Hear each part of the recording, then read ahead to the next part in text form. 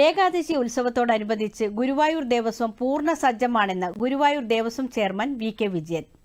വിശേഷാൽ പ്രസാദ ഊട്ട് ഉദ്ഘാടനം ചെയ്ത ശേഷം ദൂരദർശൻ വാർത്തകളോട് സംസാരിക്കുകയായിരുന്നു അദ്ദേഹം. ഏകാദശിക്ക് വേണ്ട എല്ലാ ഒരുക്കങ്ങളും വളരെ മുൻകൂട്ടി തന്നെ ഞങ്ങൾ എല്ലാം തയ്യാറെടുപ്പ് കഴിഞ്ഞിരുന്നു. നല്ല ഗൃഹപാഠം ചെയ്തിട്ടാണ് ഇത്തവണത്തെ ഏകാദശിക്ക് വേണ്ടിയിട്ടുള്ള ഒരുക്കങ്ങൾ ചെയ്തിട്ടുള്ളത്. ഒരു 50,000-ലധികം ആൾക്കാരെ എന്തായാലും ഞങ്ങൾ ഇന്നിവിടെ ഭക്ഷണത്തിന് പ്രതീക്ഷിക്കുന്നുണ്ട്. ഇപ്പം നമ്മൾ ഭക്ഷണശാലയിലാണ് നിൽക്കുന്നത്.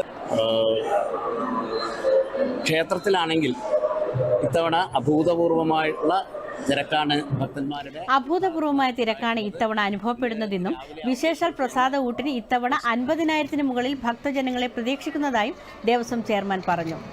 ഗോതമ്പ് ചോറ്, കാളൻ, ഗോതമ്പ് പായസം എന്നിവയാണ് ഏകാദശി ഊട്ടിനുള്ള പ്രത്യേക വിഭവങ്ങൾ.